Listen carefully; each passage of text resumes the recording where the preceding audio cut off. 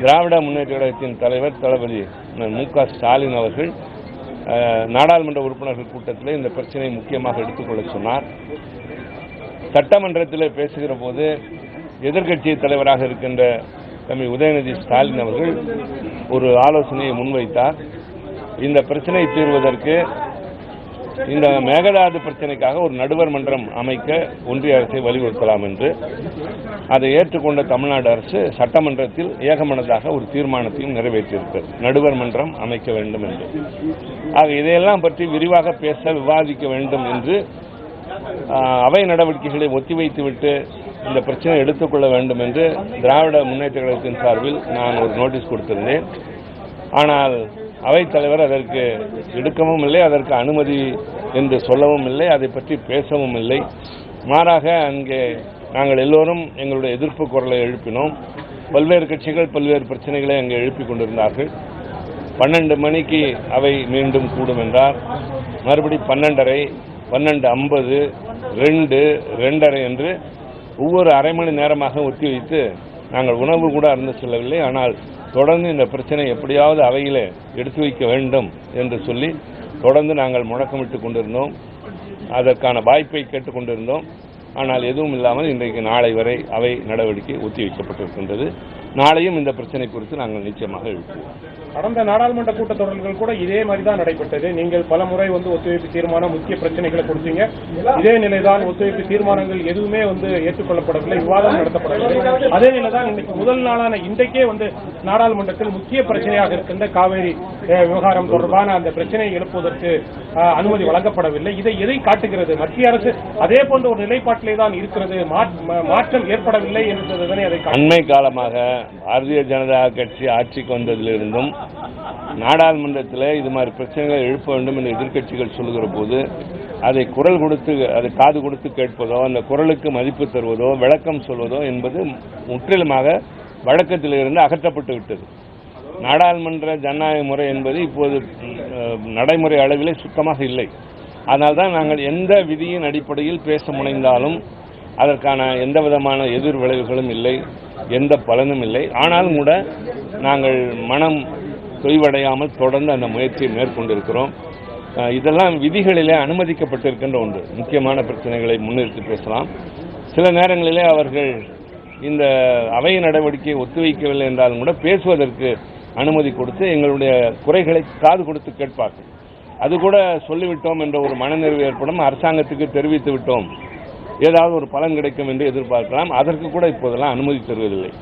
ஆக இப்போது பழைய நாட்களின் நடைமுறைகள் இல்லை, விதிமுறைகளுக்கு முக்கியத்துவம் இல்லை. நாங்கள் குரல் கொடுத்து கொண்டே இருக்கிறோம். இன்னமும் ஜனநாயகத்தில் நம்பிக்கை இருக்கின்ற காரணத்தால் நாடாளுமன்றத்தில் இந்த பிரச்சனையை எழுப்புவது ஒரு புறம் இருக்க, ஏற்கனவே உதயநிதி ஸ்டாலினுடைய கோரிக்கையை ஏற்று சட்டசபையில் தீர்மானம் இயற்றப்பட்டிருக்கிறது, நடுவர் மன்றம் இயற்றப்பட வேண்டும் என்று. நாடாளுமன்றத்தில் இந்த பிரச்சனையை எழுப்புவது ஒரு சைடா இருந்தால் கூட பிரதமரையோ அல்லது நீர்வளத்துறை அமைச்சரையோ சந்தித்து இது தொடர்பாக திராவிட முன்னேற்ற கழக எம்பிக்கள் மனு கொடுப்பதற்கு எதுவும் வாய்ப்புகள் இருக்கா? நாடாளுமன்ற உறுப்பினர்கள் மட்டும் என்று சொல்கிற போது அதை யார் முன்னெடுப்பது? இப்பொழுது அங்கு வேறு சில கட்சிகள் இருக்கின்றன, அவர்களை யார் அழைப்பது என்ற கேள்வி வரும். பொதுவாக கலைஞர் முதலமைச்சராக இருந்த பொழுதோ, தளபதி மு.க. ஸ்டாலின் அவர்கள் முதலமைச்சராக இருந்தபோதோ அனைத்து கட்சி கூட்டத்தை அவர்கள் தான் அழைத்திருக்கிறார்கள். அதுபோல இங்கே கொண்டு வந்து தருகின்ற பிரதிநிதித்துவத்தை நம்முடைய பிரச்சனையை சொல்வதற்கும் அவர்கள் தான் முன்னெடுத்து எல்லோரையும் ஒருங்கிணைத்திருக்கின்றார்கள். ஆக நீங்கள் புரிந்து கொள்ளலாம், நாங்கள் பொறுப்பில் இருந்தவரை எல்லா கட்சிகளையும் ஒருங்கிணைத்து இந்த போன்ற கடமைகளில் ஈடுபட்டோம். இப்போது எதிர்கட்சியாக இருக்கிறோம். எங்களால் முடிந்தது நாடாளுமன்றத்தில் குரல் கொடுத்து. அதே போல தேசிய அளவில் நீட் விவகாரம் மிகப்பெரிய போராட்டம் இன்னைக்கு கூட டெல்லியில் நாடாளுமன்ற முற்றுகையிட்டு போராட்டம் இளைஞர்கள் ஒருங்கிணைச்சாங்க. ஆனால் அங்கே தடுத்து நிறுத்தப்பட்டிருக்கின்றாங்க. அவங்க என்ன கேட்கறாங்கன்னா, அனைத்து கட்சி உறுப்பினர்கள் எங்களுக்காக குரல் கொடுக்கணும் நாடாளுமன்றத்தில் அப்படின்னு கேட்கிறாங்க. நிச்சயமாக, அதாவது முதலாக இந்தியாவிலேயே நீட்டுக்கு எதிராக குரல் கொடுத்த கட்சி திமுக. தமிழ்நாடு அரசு அன்றைக்கு ஆட்சி இருந்தபோது முதல்வராக இருந்த மு.க. ஸ்டாலின் அவர்கள் அவையிலேயே தீர்மானங்களை நிறைவேற்றியிருக்கிறார். நாங்கள் நாடாளுமன்றத்தில் பல முறை அதை எழுப்பியிருக்கிறோம். ஆக இன்றைக்குத்தான் அதனுடைய பாதிப்பை, அதிலிருந்து கேள்விகள் வெளியானதை குறித்தும் அக்கறை கொண்டும் இதனாலே பல மாணவர்கள் பாதிக்கப்படுவதை இங்கிருப்பவர்கள் உணர்ந்திருக்கிறார்கள். நாங்கள் ஆரம்பத்திலேயே அதை உணர்ந்துதான் நீட் தேர்வு வேண்டாம், 12ஆம் வகுப்பு மதிப்பெண்களே போதும் என்று சொன்னோம்.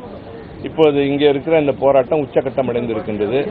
இன்றைக்கு கூட மாணவர்கள் மீது தடியடி நடத்தியதாக சொன்னார்கள், கூடிய இளைஞர்கள் மாணவர்கள் மீது. சோனம் வான்சுங் என்பவர் 20 நாட்களுக்கு மேலாக உண்ணாவிரதம் இருந்தார். கொஞ்சம் கூட இந்த அரசாங்கம் அலட்டிக் கொள்ளவே இல்லை.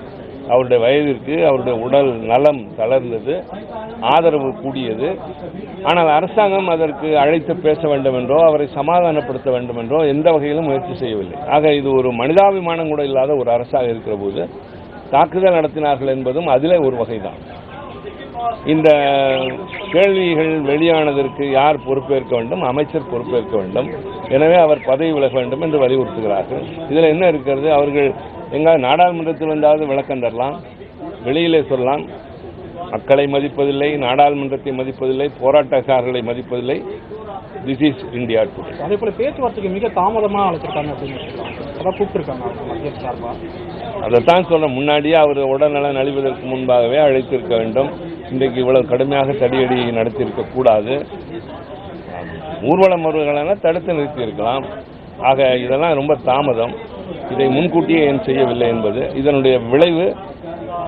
இதற்கு பொறுப்பேற்று கல்வி அமைச்சர் ராஜினாமா செய்ய வேண்டும் என்பது அவருடைய கோரிக்கை. அதே போல இனி இது மாதிரி நடக்காது என்பதற்கு உத்தரவாதம் இல்லை என்பதை விட நீட் தேர்வு வேண்டாம் என்ற குரல் இந்தியா முழுவதும் எதிரொலித்திருக்கிறது. அதை மதித்து நீட் தேர்வை அகற்ற நாடாளுமன்றத்திற்கு அருகே 1000க்கும் மேற்பட்ட போராட்டக்காரர்கள் கூடியிருந்தாங்க. அவங்களை தடுத்து நிறுத்தி அவங்க மேல தடியடி சம்பவம் நடைபெற்றிருக்கிறது. டியர் கேஸ், கண்ணீர் புகை குண்டுகள் நாடாளுமன்ற வளாகத்திற்கு அருகிலேயே வீசப்பட்டிருக்கிறது. இது எதை காட்டுகிறது? அதைத்தான் அவங்க போராட்டம் நடத்தினதே ஜந்தர் மந்தர் நாடாளுமன்றத்துக்கு வெகு அருகில் இருக்கிறது. இன்றைக்கு நாடாளுமன்றத்தை நோக்கி அவர்கள் பேரணி நடத்த என்பது இங்குதான் அது நடக்கும். தடுத்து நிறுத்தி இருக்கலாம் என்று நான் சொன்னதை நன்றாக கவனித்துக் கொள்ளுங்கள். இவ்வளவு வன்முறையாக கடுமையாக அவர்கள் மீது பிரயோகம் செய்திருக்க வேண்டியது.